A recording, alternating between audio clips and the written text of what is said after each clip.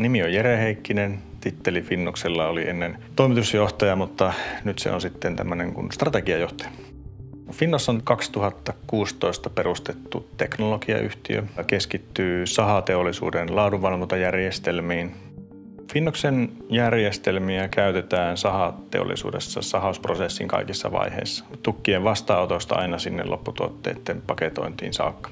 Me käytetään elektromagneettisen spektrin kaikkia osia, ihan sieltä mikroaallosta näkyvää valo, laaserinfrapunaa ja sitten ihan röntgensäteilyä, millä läpi valaistaan joka ikinen sahalle tuleva tukki.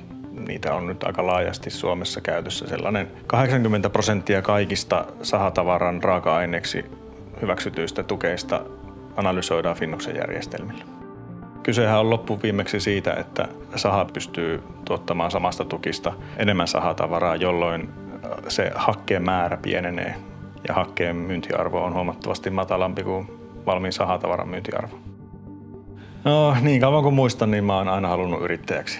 Opiskelin LUTilla täällä Lappeenrannassa sovellettua matematiikkaa ja satuin olemaan oikeassa paikassa oikeaan aikaan, kun sinne tuli eräs henkilö kyselemään, että kuka osaa röntgentomografiaa. Ja siitä se taival sitten hiljalleen työntekijän roolissa lähti ja 2016, kun kyseisen yhtiön toimitusjohtaja lähti eläkkeelle, niin sitten me päätettiin parin kollegan kanssa, että matka jatkuu vielä ja ostettiin se liiketoiminta.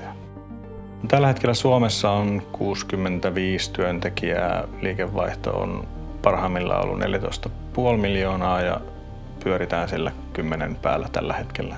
Kilpailtuun markkinaan tultiin. Kaikki väitti, että ei tässä ole mitään tekemistä enää, mutta kyllä me ollaan muutamassa vuodessa noustu orgaanisesti yhdeksi maailman johtavista tämän tyyppisistä yhtiöistä. Mä luulen, että meidän menestyksen salaisuus on se, että me ollaan rohkeasti päätetty, että me tehdään kaikki itse. Me tehdään paremmin kuin muut. Ollaan rohkeasti palkattu asiantuntijoita. Enimmäkseen LUTilta ollaan palkattu henkilöstöä, matemaatikoita, sellaisia syvämpään pulikoijia. Ollaan investoitu todella paljon tekoälyn kehittämiseen ja jokaisessa tuotteessa jollakin tavalla tekoäly on taustalla repimässä kilpailuetua. Tämä palkinto on kirsikka siinä meidän kakun päällä. Kiitos kuuluu ensisijaisesti työntekijöille, jotka on ottanut sen ekstra askeleen ja vieneet meitä eteenpäin. Ja kiitos asiakkaille luottamuksesta.